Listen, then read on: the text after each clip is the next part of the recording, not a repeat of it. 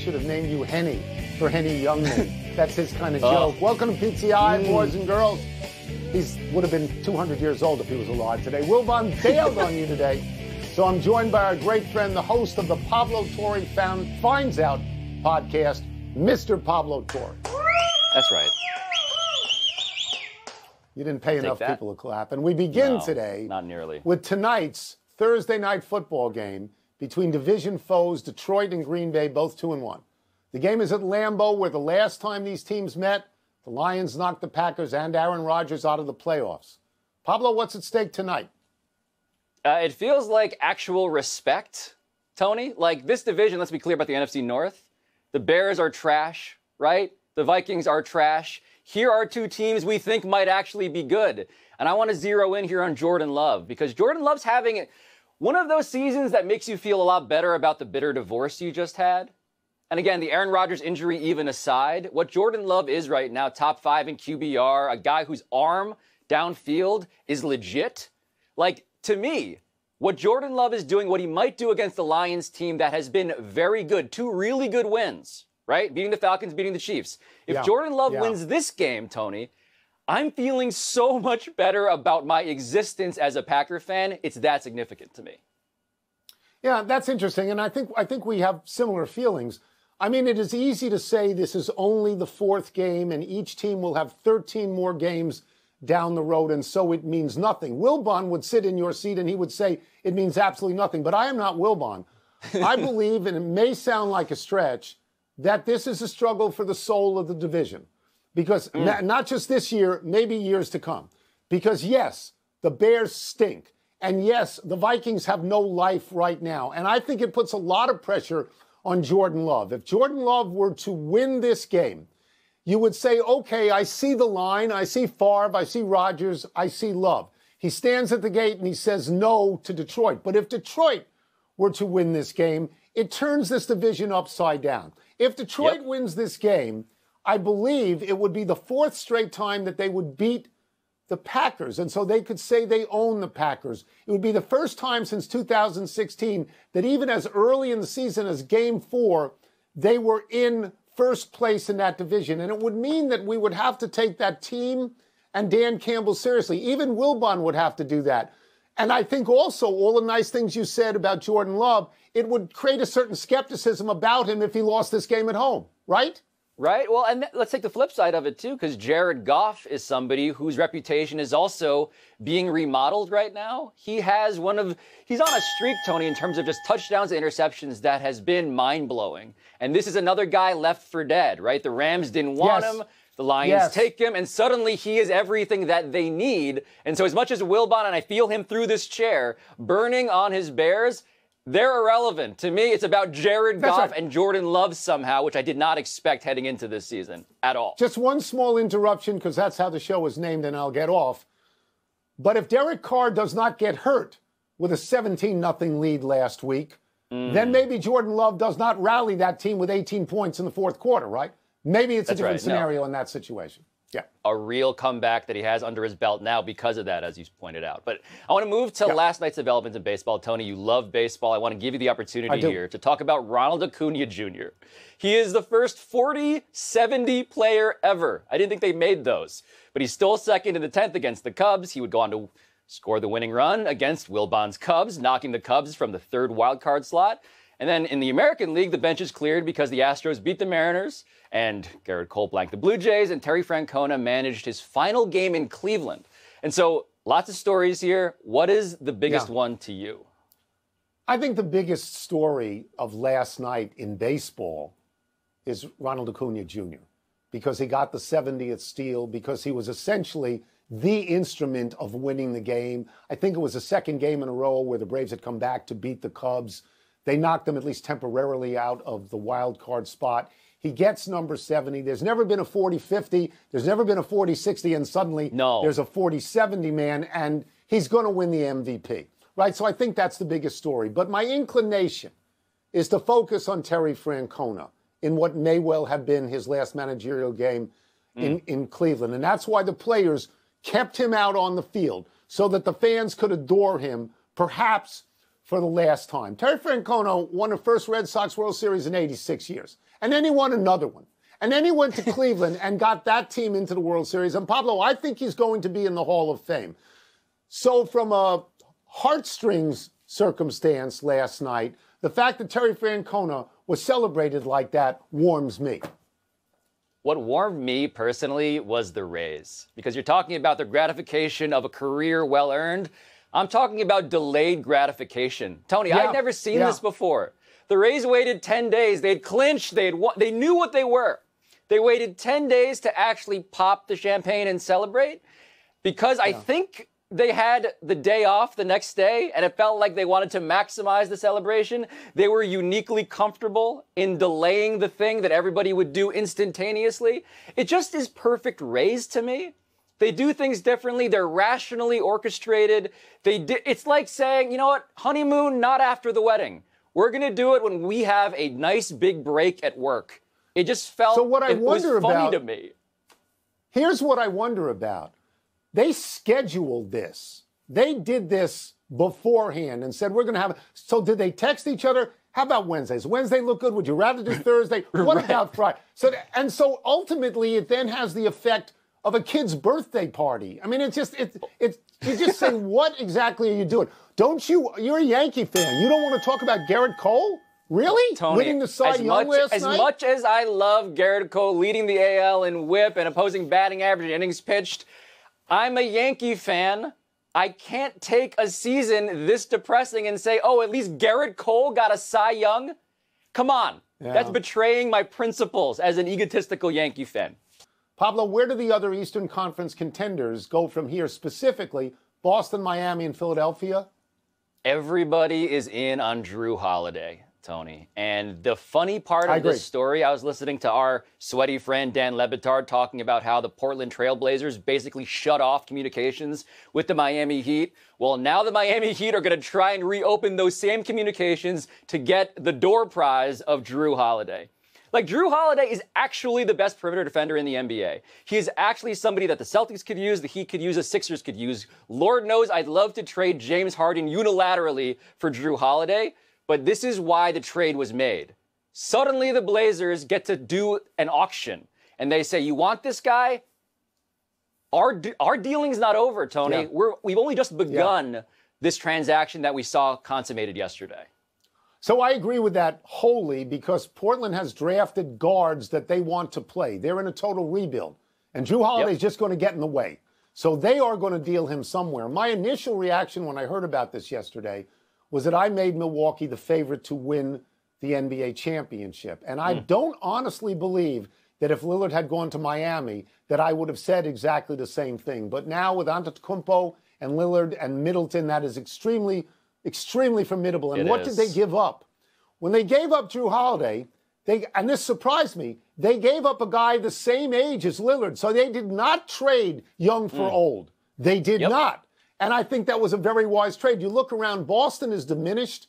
They lost Marcus Smart. They lost Grant Williams. They brought in Porzingis, who never is healthy for a full season. No. Philadelphia is a standing joke.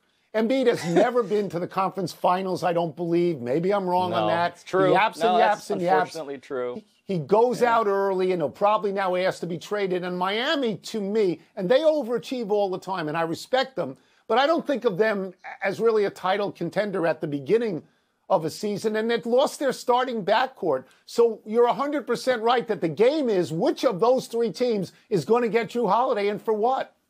Right. He's such a good fit. Drew Holiday is one of those players who fits anywhere except Portland, because they have Scoot Henderson, they have Simons. It's just like the one thing. And so if you are the Sixers, again, I want to just, I want to sit in the standing joke that is the standing water of the Eastern Conference semifinals, right? That's what it means to be a Sixer fan.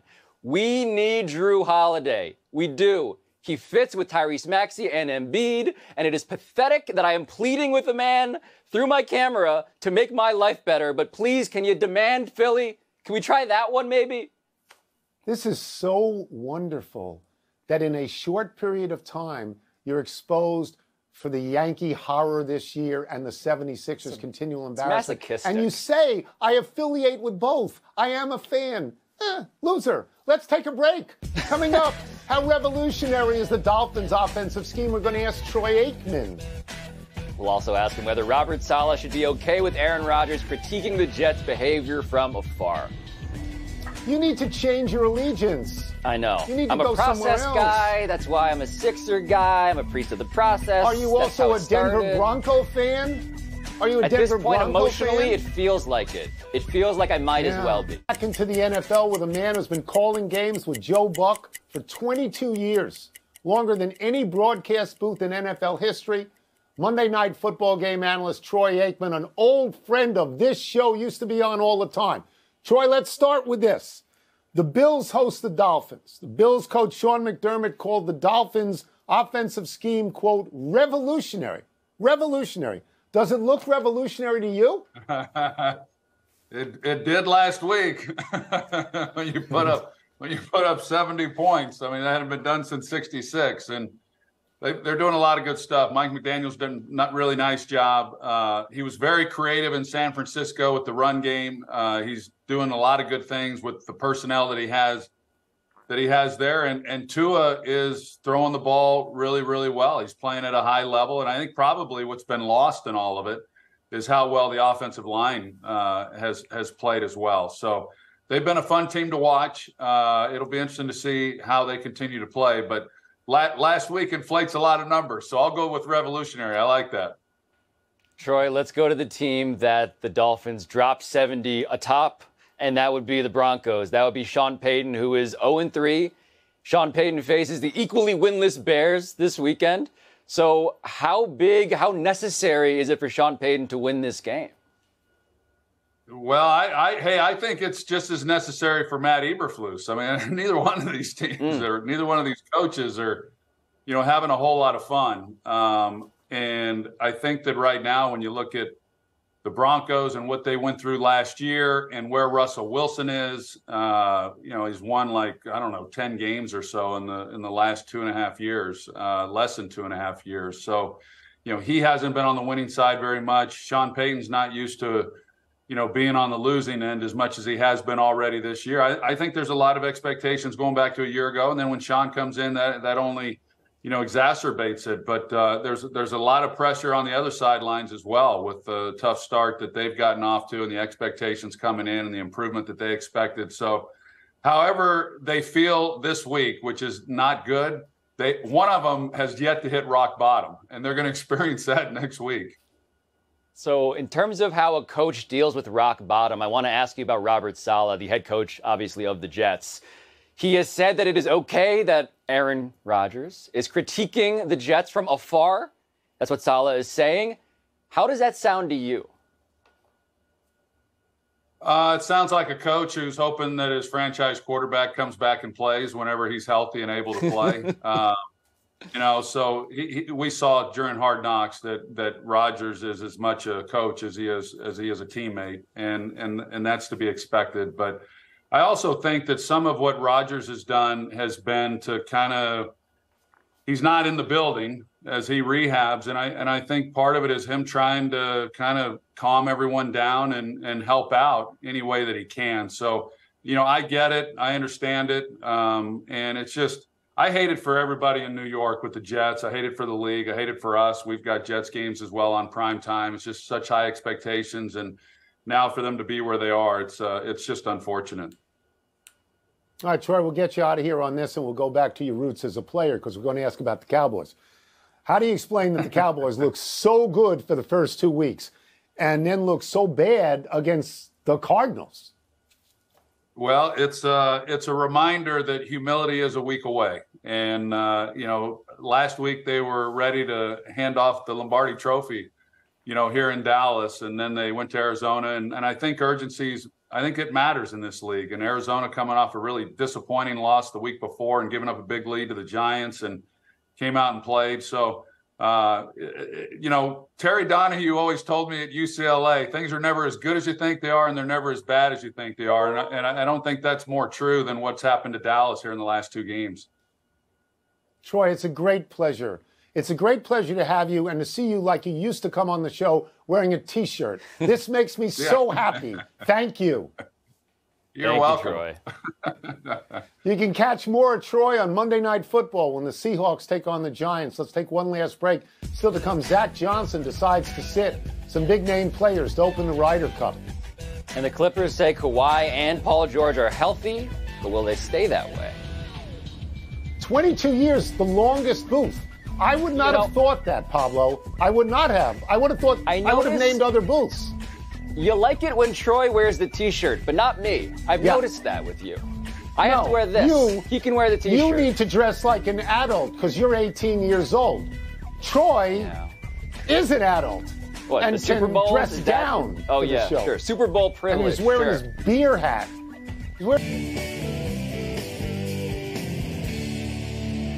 Happy time, people. Happy 32nd birthday, Eddie Rosario. The Braves left fielder has 21 home runs this year. He's one of 7 Braves this season to have hit at least 20. It's a lineup so deep that Rosario batted 8th last night. The Braves are just the 3rd team in history to have hit 300 home runs in a season. They now stand at 303, just 4 short of the all-time record set by the 2019 Twins with 4 to play. Rosario was the MVP of the Braves' NLCS win over the Dodgers in 2021, hitting .560. The Braves went on to win the World Series that year, and they will be favored to do it again when the playoffs begin next week. Tony, Eddie Rosario was traded on deadline day 2021 for Pablo Sandoval. Eddie Rosario became the player you just described, an amazing one. Pablo Sandoval, much to the dismay of Pablos everywhere, did not play since that trade. And the Pablo power rankings shifted henceforth permanently. Wow. So you're number 1 now. Happy anniversary, Greg A. Harris. On this day 28 years ago, the ambidextrous Expos reliever became the first pitcher in Major League history to pitch with both arms. Harris faced 4 batters, starting as a righty, switching to lefty for 2 batters, then returning to the right side to close out the inning. Harris had more than 700 appearances over 15 seasons, but this was the only time his team allowed him to do this, and he retired after just 1 more appearance. Harris pitched with a custom glove that was built with an extra thumb so it could be worn on either hand. You know, they made a rule subsequent to all of this that if you're going to pitch ambidextrously, you got to declare which hand you're using to throw. I hate this rule. I think if you can pitch with both hands, you should be able to use the element of surprise entirely. Like, figure it out. Absolutely. Figure it out. Do it. It just eliminates lefty-righty, righty-lefty. I mean, it just changes everything. My left hand, I can't throw 5 feet. Happy trails to Jordan Spieth, Justin Thomas, Brooks Koepka, and Wyndham Clark playing the opening session of Ryder Cup. The 3-day competition tees off at 1:35 in the morning north of Rome. American coach Zach Johnson has decided to sit some very big names for the morning foursomes. Spieth and Thomas have historically comprised one of Team USA's strongest duos with a 4-1 record in foursomes, but Thomas has struggled this season. Said Johnson, quote, "The 8 guys I have down on paper are the ones that we feel put us in the best position to get off to a great start, obviously," unquote. But we'll see whether the 4 will make the pairings for Friday afternoon's 4-ball session. Tony, this is going to be a shocker to you, but I probably am not going to be, at least invested at 1:35 a.m. in the way that you are. Why are you going? You're going to do this at 1:35 a.m. You're going to at least pay attention. But I'm going to do it by 4. Here's the thing: those 4 guys he's sitting down, everyone has won at least 1 major. 3 of them have won multiple majors. I don't know that he knows what he's doing. I don't know, and I expect to see him in the afternoon. I really do. We're running out of show, so we go to the big finish. The Clippers say Kawhi and Paul George are both fully healthy. Are you excited? I am excited. I just don't believe they'll be fully healthy at the end of the season. Inter Miami without Lionel Messi lost the final of the U.S. Open Cup. Are you disappointed?